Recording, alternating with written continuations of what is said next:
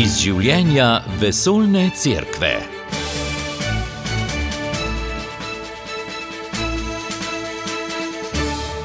Lepo pozdravljeni. Papež Leon XIV. Je včeraj svetega Janeza Henrika Newmana razglasil za cerkvenega učitelja. Več o njem v drugem delu oddaje, najprej pa nekaj drugih aktualnih novic. Z vami sva Blaž Lesnik in Marta Jerebič. Papež Leon XIV. Nadaljuje tradicijo ob obletnici duha Asizija. Tako se je v torek popoldne v Koloseju udeležil mednarodnega srečanja verskih voditeljev za mir, ki ga vsako leto pripravlja skupnost svetega Egidija. Med pričevanji, pesmimi, meditacijami je povabil k skupni molitvi. Kdor ne moli, zlorablja vero, celo ubija, je dejal in posvaril. Gorje tistim, ki skušajo vpletati Boga v vojne. Bog bo zahteval odgovornost od tistih, ki niso iskali miru ali so spodbujali konflikte. Zaprl je vrata tudi vsakršni vojni retoriki. Vojna ni nikoli sveta, samo mir je svet, ker ga hoče Bog, je dejal. Con la forza della preghiera, con mani nude alzate al cielo e con mani aperte verso di altri. Z močjo molitve, z golimi rokami, dvignjenimi proti nebu in odprtimi rokami, iztegnjenimi proti drugim, moramo končati to obdobje zgodovine zaznamovano z vojno in arogantnostjo moči in začeti novo zgodbo. Ne moremo sprejeti, da bi se ta doba nadaljevala, da bi oblikovala miselnost narodov, da bi se navadili na vojno kot normalno spremljevalko človeške zgodovine. Basta! Dovolj, to je krik revnih in krik zemlje. Dovolj, Gospod, usliši naš krik. Po tem sporočilu je sledil simboličen trenutek. Papež in predstavniki drugih ver so prižgali svečnik miru. Sodelovali so tudi otroci. Majhna skupina je iz rok verskih predstavnikov prejela pergament z apelom za mir in ga nato predala nacionalnim in mednarodnim veleposlanikom ter političnim voditeljem. Prihodnje leto, ko bo minilo 40 let od prvega takega dogodka, ki ga je leta 1986 v Asiziju vodil sveti Janez Pavel II., bo slovesnost znova potekala v Asiziju.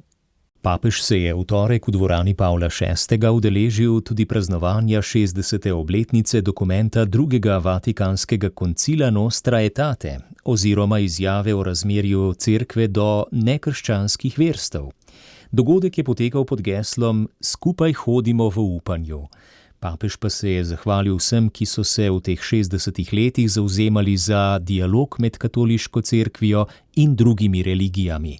Poudaril je, da morajo kot verski voditelji pomagati ljudem, da bodo glasovi, ki obsodijo nasilje in krivice, zdravijo razdeljenost in oznanjajo mir. Omenjenemu dokumentu drugega vatikanskega koncila je posvetil tudi sredino splošno avdienco. Več o tem Tone Gorjup. Za izhodišče kateheze o medverskem dialogu je papež izbral odlomek iz Janezovega evangelija o Jezusu in Samarijanki. Jud in žena Tujka se srečata pri Jakobovem vodnjaku v samarijskem mestu Sihar.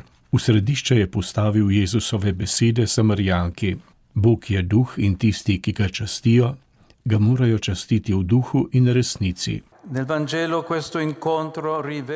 V evangeliju to srečanje razkriva bistvo pristnega verskega dialoga, izmenjavo, ki se zgodi, ko se ljudje odprejo drug drugemu z iskrenostjo, pozornim poslušanjem in medsebojnim bogatenjem.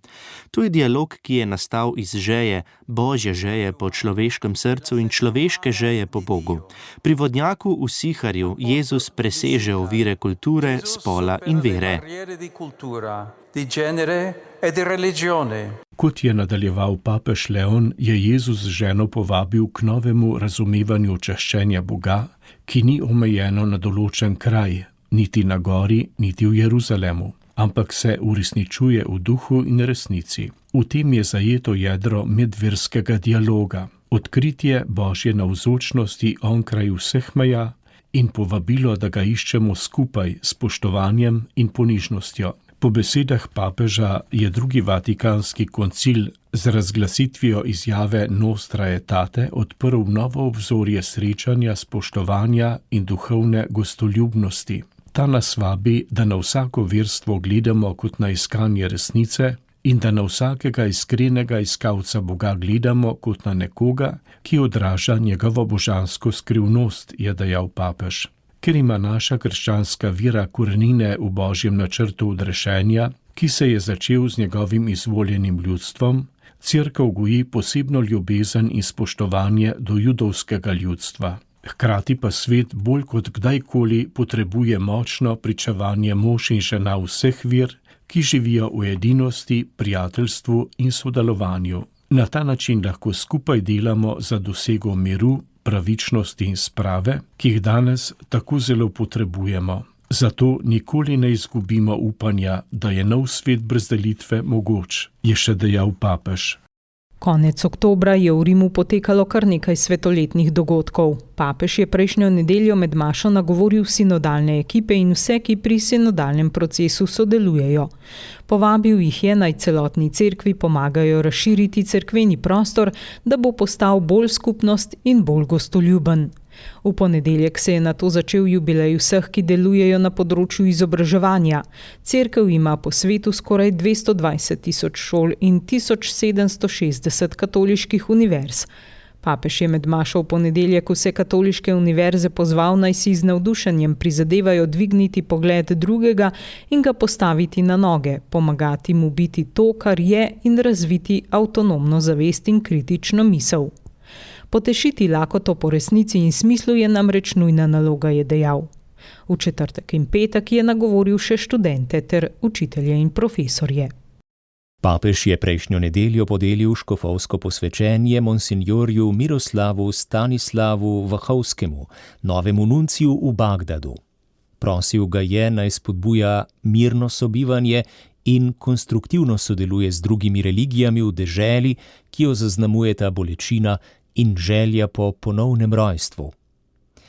Monsinjor Vahovski se je rodil v Pišu na Poljskem 8. maja 1970. Diplomiral je iz kanonskega prava. Delal je v papeških predstavništvih v Senegalu, v stalnem predstavništvu pri Mednarodni agenciji za jedrsko energijo, Organizaciji za varnost in sodelovanje v Evropi ter v Uradu Združenih narodov in specializiranih ustanovah na Dunaju, v apostolski nunciaturi na Poljskem in nazadnje v oddelku za odnose z državami in mednarodnimi organizacijami v Vatikanskem državnem tajništvu.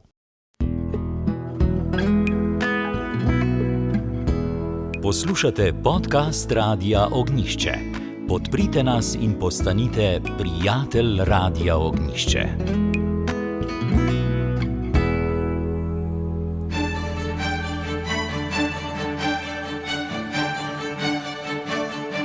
Papež Leon XIV. Je na včerajšnji slovesnosti svetega Janeza Henrika Newmana razglasil za cerkvenega učitelja.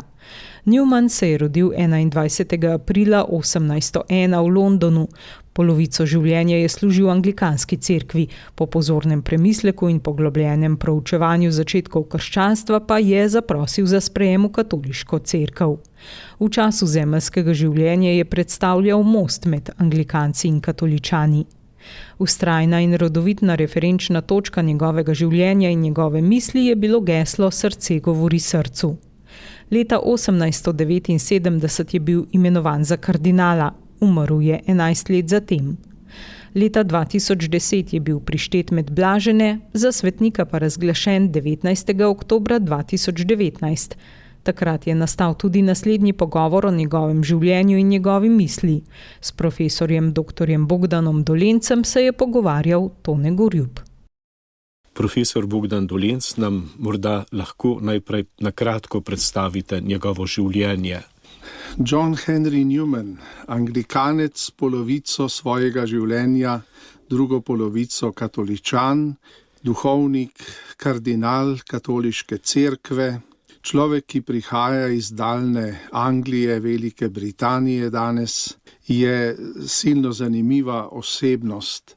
Nismo vajeni svetnikov iz Anglije, dejansko je on prvi svetnik, nemučenec, ki je bil razglašen po reformaciji.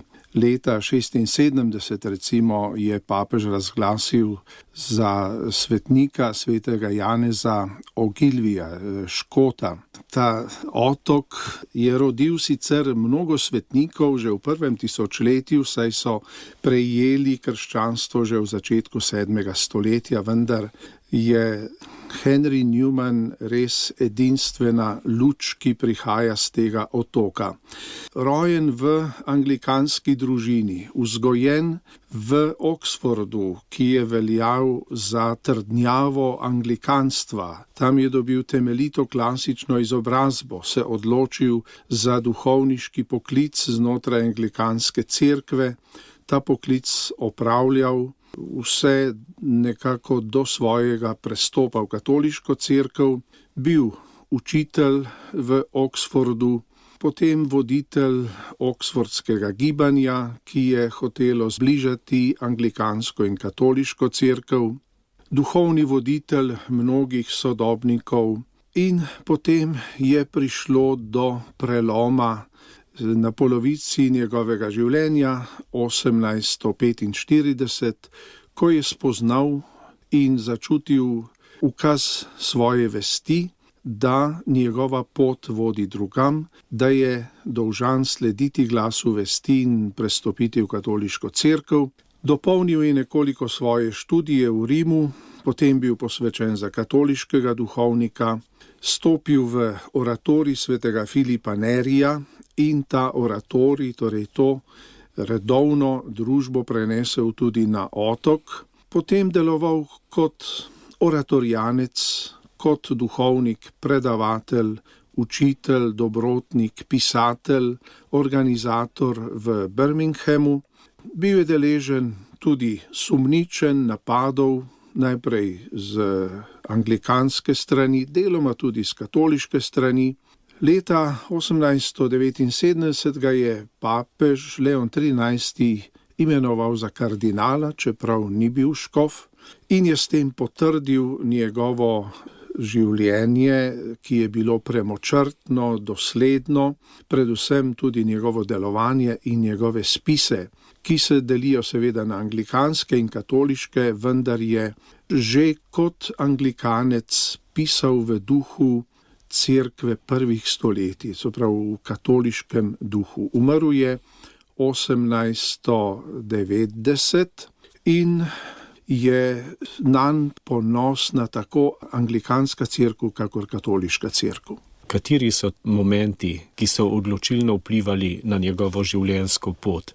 Torej, na njegovo spreobrnjenje so najbolj vplivali cerkveni očetje, torej svetniki, pisatelji iz prvih stoletij, ki jih je navdušeno bral kot anglikanec. In študij zgodovine, predvsem zgodovine seveda prvega tisočletja in potem drugega tisočletja katoliške cerkve, vprašanje reformacije, temeljit študij ga je privedel do spoznanja, da so proti katoliški cerkvi mnogi predsodki in napačna gledanja, ko so jo obsojali kot tisto, ki je dodajala različne nauke, jih spreminjala samovoljno in popačila tisti temeljni krščanski nauk. In to vprašanje je hotel razčistiti ob študiju zgodovine in ga je razčistil. In sicer s spoznanjem, da so bile spremembe tudi v nauku, da so bile izpopolnitve, da je bil razvoj in rast, ki pa je bil legitimen. In to je vsebina njegovega velikega dela, esej o razvoju katoliškega nauka, da vse, kar živo se razvija, tudi krščanski nauk, in je treba razlikovati pravilen razvoj, legitimen razvoj in pokvarjanje tega nauka.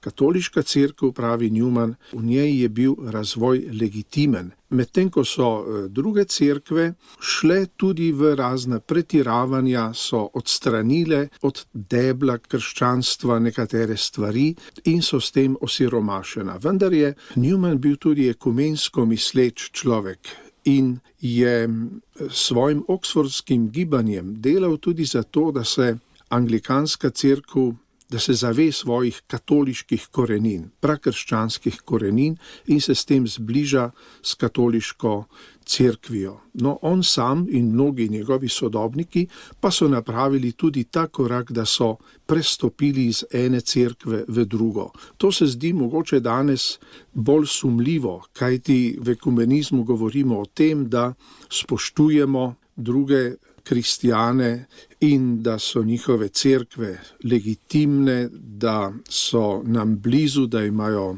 veliko prvin in vsebine in razodetje in tako dalje, da ne delamo za prestop, vendar prestop ali konverzija ostaja nekaj legitimnega in tudi Newmanov prestop v katolištvo je legitimen.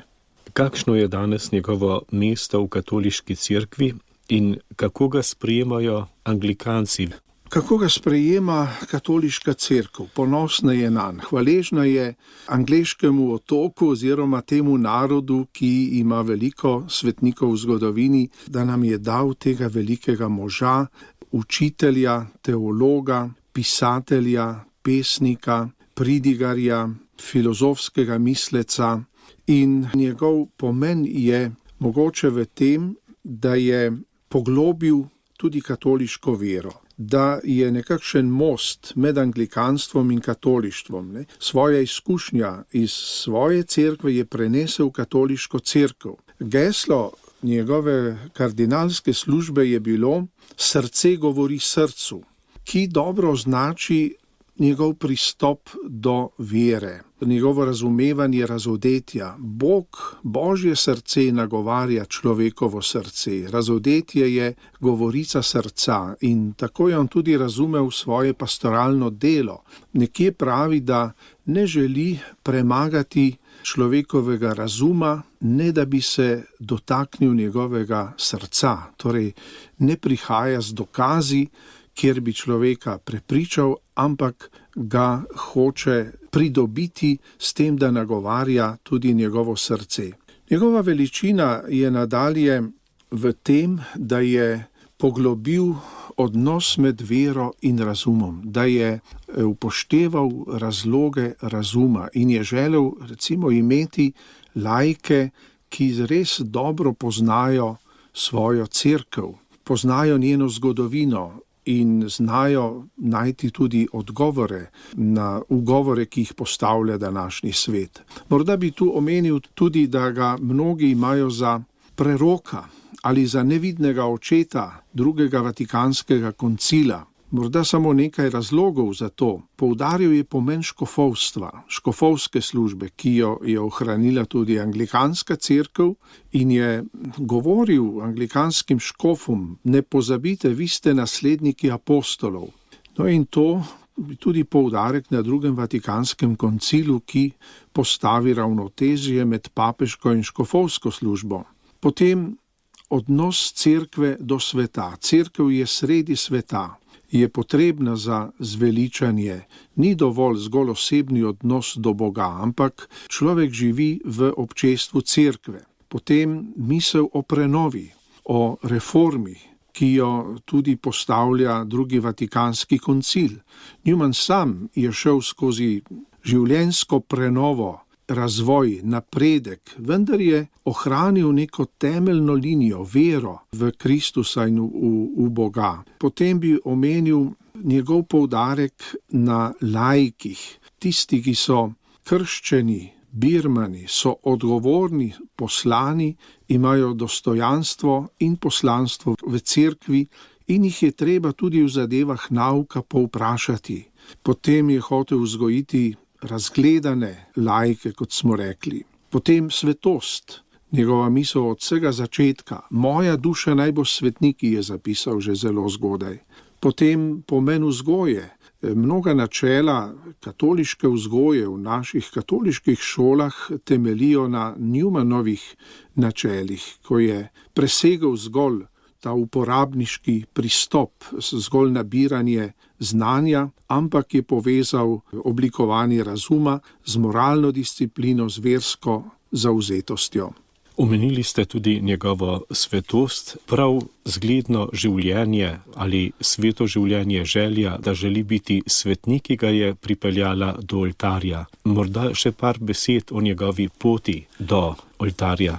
Že njegovi rojaki, anglikanci, so mu za časa življenja dali priznanje, da je bil človek vesti, človek, ki je sledil vesti, da je bil neoporečen v svojem življenju, da je bil velik pridigar, ki pa je tudi živel tako, kakor je pridigal. No in zato je potem v 20. stoletju, mislim, da leta 58 se začne proces za razglasitev za blaženega, leta 91 postane božji služabnik, torej se začne neposredna priprava na razglasitev, ki je potem, smo ji bili priča 2010 v Birminghamu, ko je papež Benedikt XVI ob obisku Velike Britanije razglasil Newmana za blaženega. Prvi čudež, ozdravitev nekega stalnega diakona iz Amerike, iz bostonske nadškofije,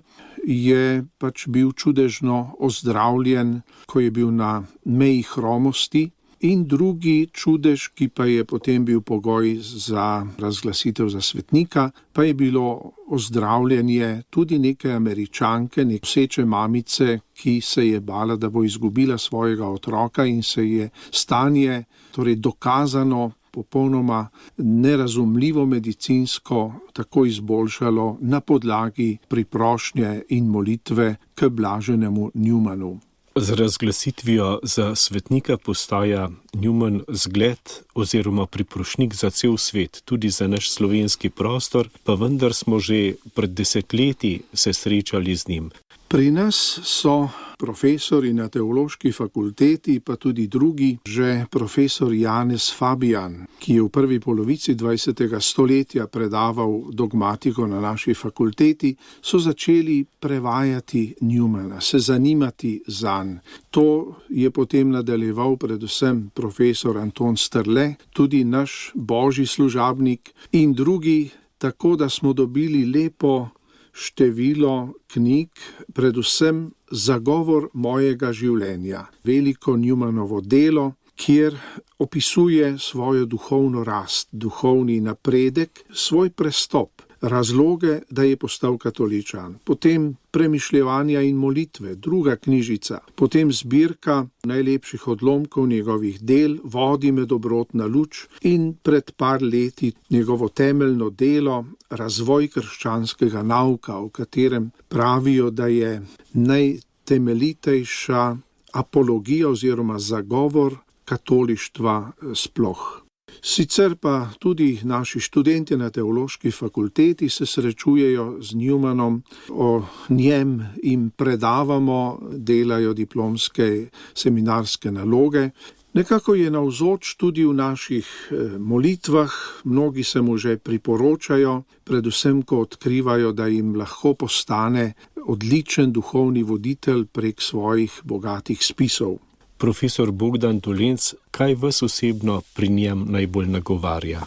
Mogoče bi omenil njegov poudarek na vesti. To je tudi točka, ki je pri kardinalu Ratzingerju, Benediktu XVI, ko je pač v njegovi mladosti doživljal to zlorabo ideologije v nacistični Nemčiji, ko je eden od teh vodilnih nacistov skliknil: ne govorite mi o vesti, moja vest je Adolf Hitler.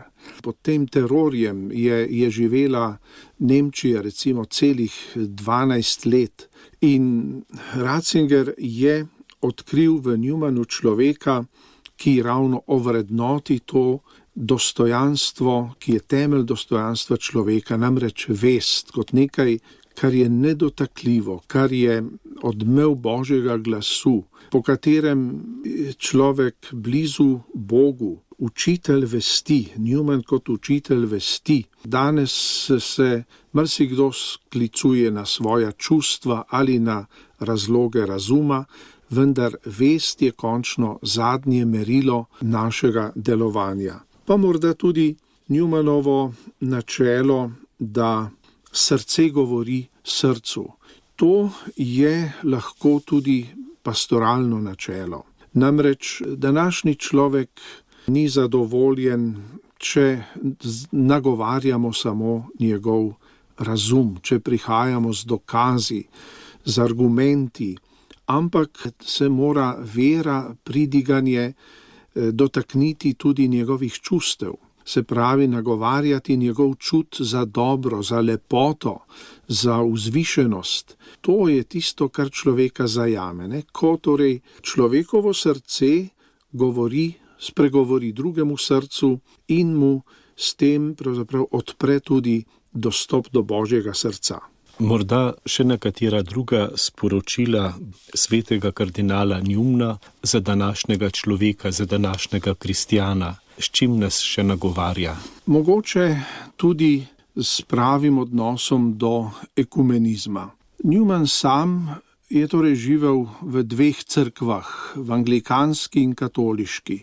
Iskreno je ljubil svojo anglikansko cerkev, ki je bila mati njegove vere. Nikoli ni slabo pisal o njej. Seveda jo je kritično presojal in je trpel, ko je videl, da se preveč udinja državi. Vendar jo je imel rad. Imel veliko prijateljev med anglikanskimi duhovniki in profesori in s težkim srcem jo je zapustil. Torej njegova pot v katoliško cerkev je bila nekakšno trganje, mučno, ker se je moral posloviti skoraj od vseh prijateljev, od svoje družine. Znano je na primer, da ena njegovih sester ni od njegovega prestopa naprej nikoli spregovorila z njim. Torej, Newman je šel po poti svoje, kakor mu je narekovala vest, prestopil v katoliško cerkev in je postal most med obema. Nikoli ni vabil ljudi za seboj na nek cenen način, češ pridite, da bo katoliška cerkev močnejša, nikakor ne, ampak je vedno poudarjal, vsak človek mora sam priti do svojega spoznanja in kakor spozna v vesti, tako mora ravnati. Potem njegov čut za svetost, njegova prva pridiga je imela naslov Brez svetosti ne bomo videli Boga. In to je tudi koncilski poudarek. Vsi kristjani, vsi katoličani in vsi kristjani smo poklicani k svetosti in s tem dosežemo zadnji namen, cilj svojega življenja in svetostjo pa tudi življenje v družbi na zemlji postaja bolj človeško, oziroma lahko bi rekli, če je bolj božje, je tudi bolj človeško. Slišali ste pogovor s profesorjem dr. Bogdanom Dolencem, ki je predstavil življenje in delo svetega Janeza Henrika Newmana, ki ga je papež Leon XIV. Na včerajšnji slovesnosti razglasil za cerkvenega učitelja. S tem je postal 38. svetnik v katoliški cerkvi s tem nazivom. Med njimi sta na primer sveti Avguštin in sveti Tomaš Akvinski. Med vsemi moškimi pa so tudi 4 ženske. Sveta Terezija Avilska, sveta Katarina Sienska, sveta Terezija Deteta Jezusa in sveta Hildegarda iz Bingna. Med predlogi za prihodnja imenovanja je tudi sveti Janez Pavel II. Papež Benedikt XVI, čeprav je bil ugleden teolog, pa do takšnega imenovanja še ne more priti, saj je med zahtevami ta, da morajo biti cerkveni učitelji prej uradno razglašeni za svetnike. To je bilo vse v tokratni oddaji, uredila sem jo Marta Jerebič. Želim vam lepo nedeljo. Poslušali ste oddajo Iz življenja vesoljne cerkve. Ponovno ji lahko prisluhnete v našem audio arhivu. radio.ognisce.si